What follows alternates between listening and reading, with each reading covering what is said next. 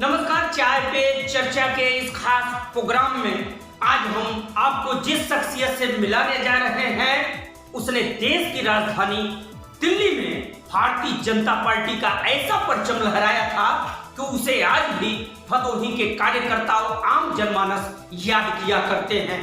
जिस व्यक्ति को हम चाय पे चर्चा के लिए आमंत्रित कर रहे हैं वो है सत्यशील गुप्ता। तो हम बात करते हैं सत्यशील गुप्ता जी से जो हमारे बीच आ चुके हैं। सत्यशील जी, शुरुआत करते हैं एक बड़ी बात से कि आपने देश की राजधानी दिल्ली में जो भारतीय जनता पार्टी का परचम लहराया था आम विधानसभा चुनाव में, उसकी एक झलक जरा ताजा कीजिए। पिछले आम चुनाव विधानसभा चुनाव में शीर्ष नेतृत्व ने मेरे विश्वास जताया और मुझे दिल्ली आम चुनाव विधानसभा में गांधीनगर विधानसभा सीट जिताने का दिया गया था, दायित्व दिया गया था। यानी 70 में बीजेपी 8 सीटें जीती थी और जिस विधानसभा क्षेत्र में आपको दायित्व मिला था उस पर भारतीय जनता पार्टी की विजय हुई थी। तो आज चाय पे चर्चा पे हम बैठते हैं सत्यशील गुप्ता के साथ जो भारतीय जनता पार्टी भदोही के जिला महामंत्री हैं। शुरुआत करते हैं इस चाय पे चर्चा के आज के इस कार्यक्रम में हमारे साथ हैं भारतीय जनता पार्टी के जिला महामंत्री सत्यशील गुप्ता जी। सत्यशील गुप्ता के बारे में एक छोटी सी जानकारी दे दूं। 3 पीढ़ियों से संघ में कार्य करने की लगातार परंपरा 4थी पीढ़ी तक पहुंच चुकी है। इतना ही नहीं, तमाम संगठनों के अध्यक्ष समेत अन्य पदों पे कार्य करने वाले और भारतीय जनता पार्टी के एक कुशल योद्धा के तौर पे सत्यशील गुप्ता की पहचान रही है। तो हम बात करते हैं सत्यशील जी से। चाय पे चर्चा के इस कार्यक्रम में आपका बहुत बहुत स्वागत है।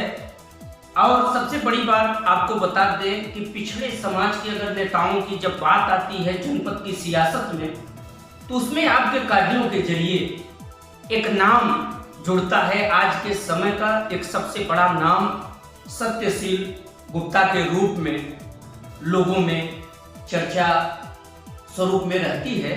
तो क्या खासियत है इस नाम की जिसने केवल भदोही विधानसभा नहीं बल्कि जनपद में अपनी एक नूतन नवीन पहचान बनाई है? क्या कहेंगे?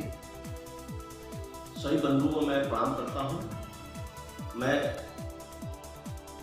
बाबा विश्वनाथ, माँ भगवती और प्रयागराज की धरती के मध्य स्थित भदोही से या यूं कहूं मैं सभी जनमानस के स्नेह प्यार के मैं ऋणी हूं और मैं भारतीय जनता पार्टी का एक अनुशासित समर्पित कार्यकर्ता रहा और शीर्ष नेतृत्व जो दिशा निर्देश करता है उसे मैं पालन करता हूं, पूरी निष्ठा से पालन करता हूं। देखा जाए तो विधानसभा चुनाव की सरगर्मी बढ़ गई है। आचार संहिता लागू होते ही तमाम दलों में घमासान छिड़ा हुआ है, लेकिन भारतीय जनता पार्टी की जो तैयारियां रही हैं वो लंबे समय से तो चल रही थी, लेकिन अब आप सीधे चुनाव में प्रवेश कर चुके हैं। तो किस तरह से जीतने की तैयारी है जिले की तीनों विधानसभाएं? भारतीय जनता पार्टी का जो समर्पित कार्यकर्ता होता है वह सतत हमेशा संगठन के लिए कार्य करता रहता है। आज भारतीय जनता पार्टी विकासवाद के नाम से जाना जाती है।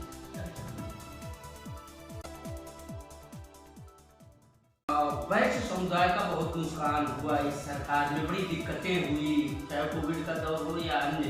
क्या कहना चाहेंगे इस पर आप? मैंने कहा लोगों कहना अलग बात है, लेकिन वैश्य समुदाय बहुत ही खुश है इस सरकार से।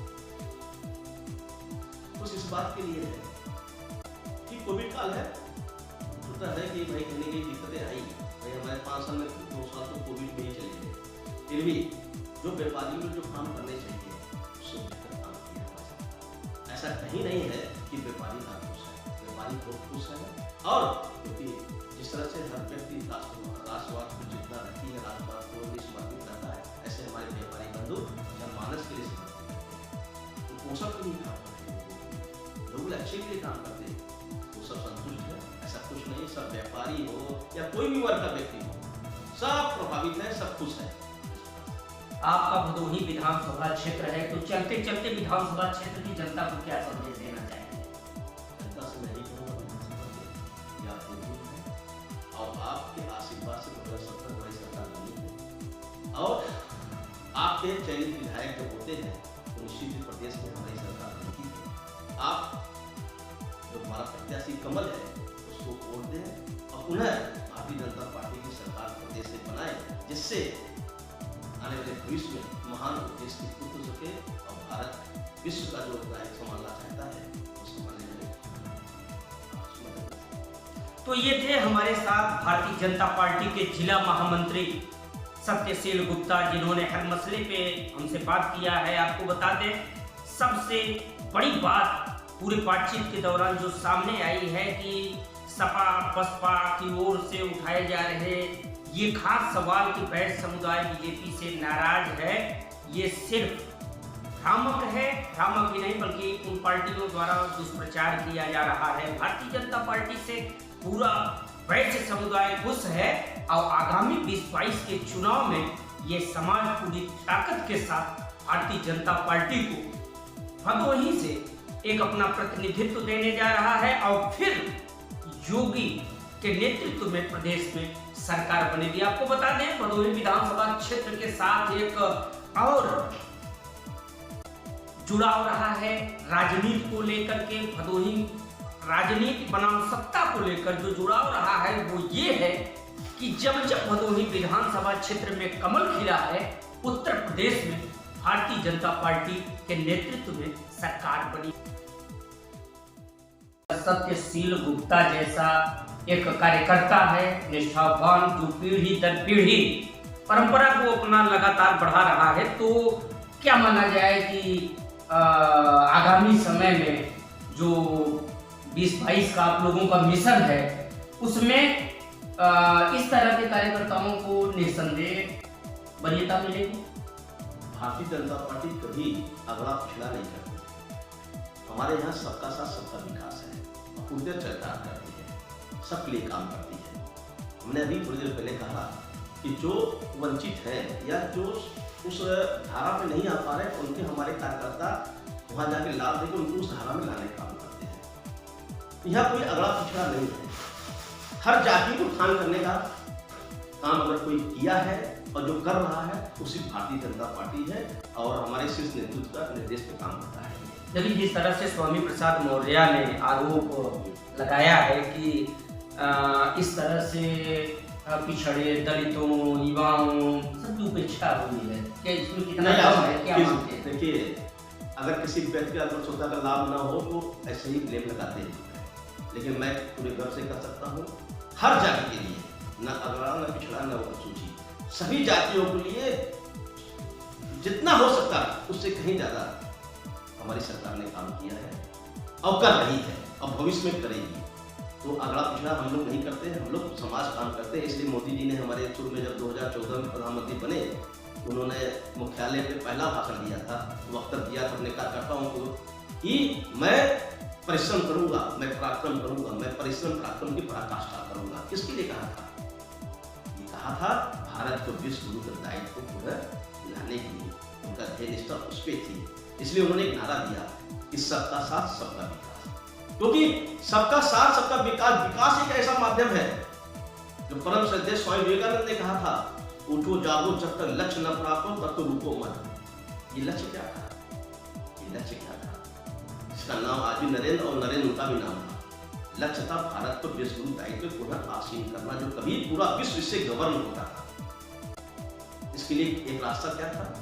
हमारे परम श्रद्धेय मोदी जी ने विकास का रास्ता चुना। विकास एक ऐसा माध्यम है कि हम भारत को सबल और सक्षम बना लेंगे। अगर भारत सबल और सक्षम बन जाएगा तो विश्व मंच पे कहीं भी भारत बोलेगा, पूरी दुनिया उसको सुनेगी। आज पूरे गर्व से कह सकता हूँ कि विकास, सबका साथ सबके विकास चरखाट होने के कारण ही भारत विश्व के मंच पे कहीं बोलता है। होगा कि कुछ दल के लोग अगर प्रभावित ढंग से आ जाएंगे, कुछ ले लिए जाएंगे, तो शायद उससे हमारी सरकार बन जाएगी, क्योंकि वहां मुंडी भी नहीं जाती विधानसभा में। और हम समझते हैं हमारी सरकार बनी, एक महान कार्य हुआ।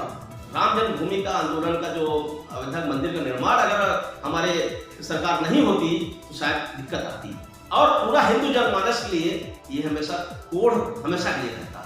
लेकिन हम इसका श्रेय देना चाहते हैं शीर्ष नेतृत्व को, और जो आंदोलन जितने लोग लगे हैं, मैं पूरे गर्व से कह सकता हूं कि 2014 में अगर मोदी जी को लाए हैं और 2017 में योगी जी लाए हैं, इसके लिए हमारे कई लाखों समर्पित कार्यकर्ताओं का, हजारों प्रचारकों का, विस्तारकों का, सैकड़ों साधु सन्यासियों का अतुलनीय योगदान रहा है, जिन्होंने जीवन खपा दी मोदी जी को योगी जी को लाने के लिए। हम आपके माध्यम से उनको भी श्रद्धा सुमन अर्पित करते हैं।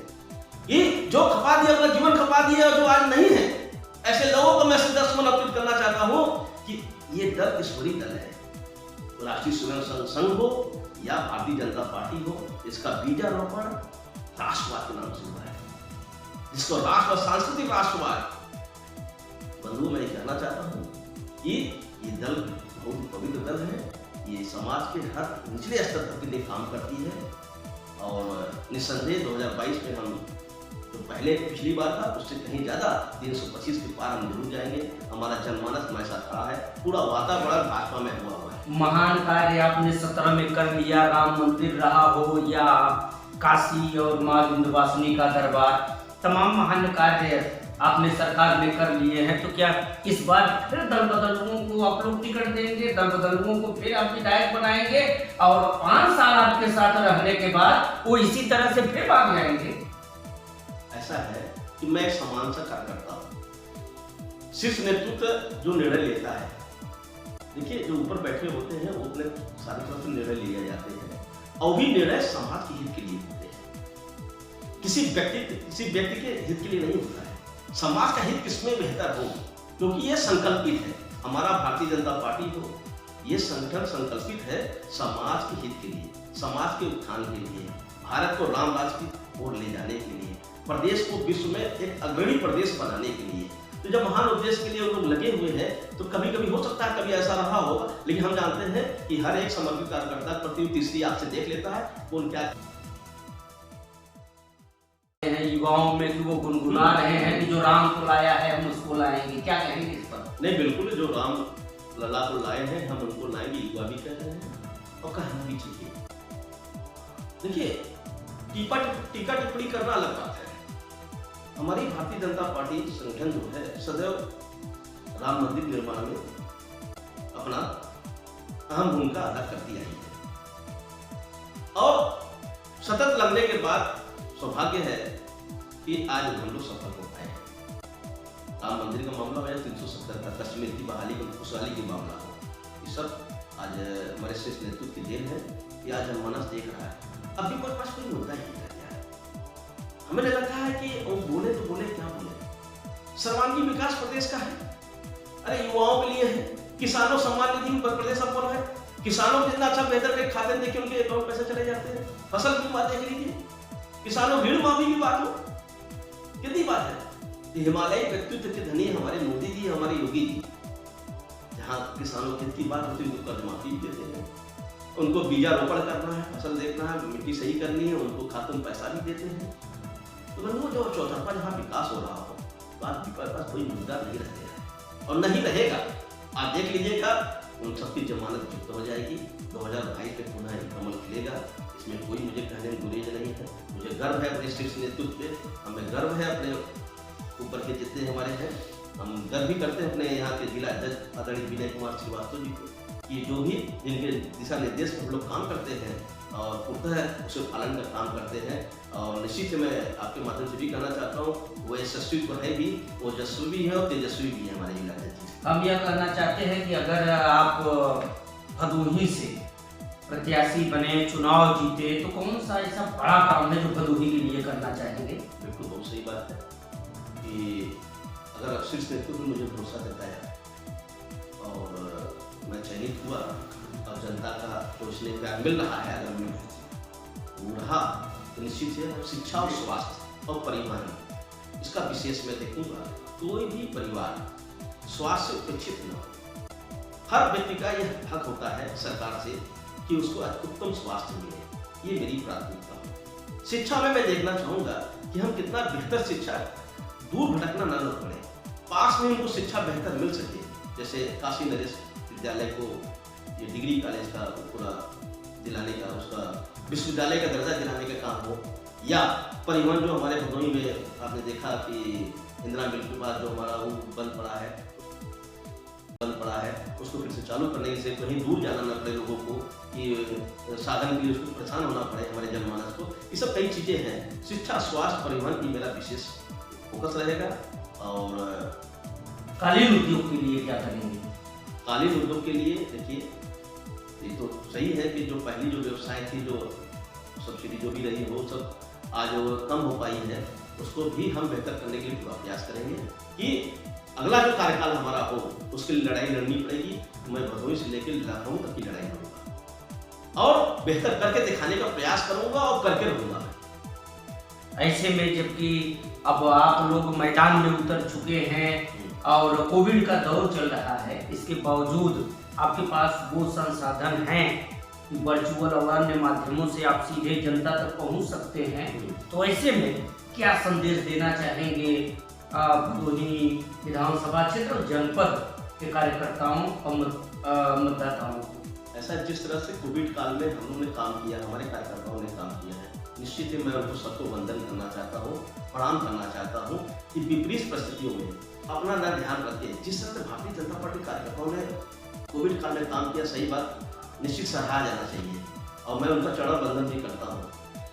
और उसमें जो हम लोग कार्यकाल जो वर्चुअल माध्यम से हम लोग करते थे, तो हम लोग का एक आदत सी बन गई है, वर्चुअल हो या जो हो उसमें हम लोग हमेशा सक्रिय रहते हैं। कैसे समाज का अच्छा काम हो सके उसके लिए हम लोग तैयार रहते हैं। हम लोग कोई दिक्कत नहीं होती है, क्योंकि हम लोग एक दिन नहीं काम करते हैं, हम लोग पूरे साल मेहनत करते हैं, पूरे साल काम करते हैं। वो वर्चुअल हो या सीधे जाके जनता के बीच जाना हो, हर तरह से हम लोग तैयार रहते हैं। देखा जाए तो सत्यशील गुप्ता केवल भारतीय जनता पार्टी के जिला महामंत्री और संघ के निष्ठावान कार्यकर्ता ही नहीं, बल्कि विभिन्न संगठनों के भी पदाधिकारी हैं। वो कौन से ऐसे संगठन हैं जिसमें आप कार्य कर रहे हैं और इसके माध्यम से समाज की सेवा कर रहे हैं, भदोही जनता की सेवा कर रहे हैं? देखिए, धार्मिक संगठन है, पावरिया संघ है, हमारा बेस्ट समुदाय का संगठन कई है, उसमें पिछड़ा संघ का भी मैं काम कर रहा हूँ। एक विद्यालय भी मैं संचालित करता हूँ, उसका भी मैं काम देखता हूँ, जय हिंद शिक्षा निकेतन, भारतीय गौरव को पुनः स्थापित करने के काम हो सकता है। हमारे यहाँ अच्छे सब संस्कार देने का काम किया जाता है और इस तरह से कई संगठन हैं, सब में कहीं न कहीं दायित्व है। अच्छा राशि साहित्यिक संस्था है, उसका भी मैं अध्यक्ष हूँ। इस तरह से कई संगठनों में काम करता हूँ और लोगों को स्नेह प्यार है, जनमानस के बीच रहता हूँ, लोगों का दर्द समझता हूँ, लोग दर्द को निवारण करने के लिए हमेशा प्रयास करता हूँ। समाज की लड़ाई जनता जनार्दन। आज स्वामी प्रसाद मौर्य भी दल को बदल के फिर भाग गए। वो बसपा से आए थे, भाजपा में आके और फिर समाजवादी पार्टी में आज इस तरह से उन्होंने पार्टी को छोड़ा। उन्होंने एक इस्तीफे में सबसे बड़ी बात जो लिखी है वो लिखा है कि भाजपा ने पिछड़ों, दलितों, युवाओं सबकी उपेक्षा की है। क्या कहेंगे इस पर?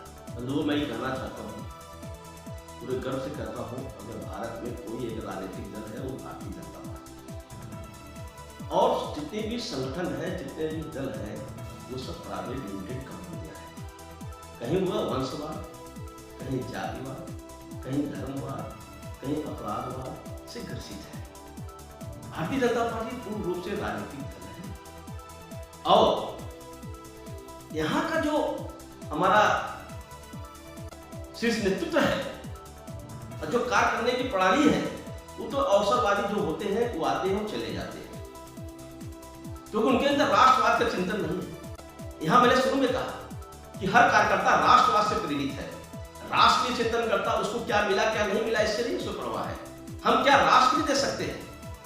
हर व्यक्ति, हर कार्यकर्ता ये सोचता है, जब योगी मोदी निस्वार्थ देश की सेवा कर रहे हैं, जनमानस के उत्थान के लिए, उत्तर वृद्धि के लिए अपना पूरा समय दे रहे हैं, तो वो भी अपना लगा के एक थोड़े समय के लिए ही, जिसके पे 1 घंटा है, 2 घंटे, 4 घंटे है, वह मोदी और योगी बन के काम करता है। और यहाँ पे जब कार्यकर्ता विजय श्री प्राप्त हो, कभी कभी ऐसी आवश्यकताएं पड़ जाती है कि कभी भी समझौता करने पड़ते हैं, लेकिन महान उद्देश्य के लिए। जब पिछली बार 2017 में हुआ कि कुछ लोग ऐसा लेना पड़ा, लेकिन वो समय के लिए सब आए और चले जाते हैं। लेकिन हमारा कार्यकर्ता न कहीं जाने वाला है, न किसी से प्रभावित होने वाला है। वो राष्ट्र पर चिंतन करता है, अपने शिष्य पर भरोसा करता है। यहाँ हम आपसे एक सवाल करना चाहेंगे, आप ही के सवाल से, कि जब भारतीय जनता पार्टी के पास ऐसे कार्यकर्ता हैं, जमीनी कार्यकर्ता हैं, 3-4 पीढ़ियों से आप जैसा परिवार भी है जो लगातार संघ हो, बीजेपी हो, उसके लिए समर्पित रहा हो, तो ऐसे में भारतीय जनता पार्टी क्यों ऐसे दल बदलुओं को प्रश्रय देके अपने जमीनी कार्यकर्ताओं को प्रत्याशी नहीं बनाती है? इस पर क्या करेंगे? भारतीय जनता पार्टी आप अगर देखेंगे तो निश्चित जमीन कार्यकर्ताओं को हमेशा महत्व देती है। लेकिन हमने कहा कभी कभी महान उद्देश्य की प्राप्ति के लिए जो हमारी सरकारें 2012 में नहीं थी, 2007 में हमारी सरकारें नहीं थी, एक लंबा कार्यकाल होने के बाद हमारा जब सरकार बनाने का उठा कि हमें कुछ न कुछ समझौते करने पड़ते हैं,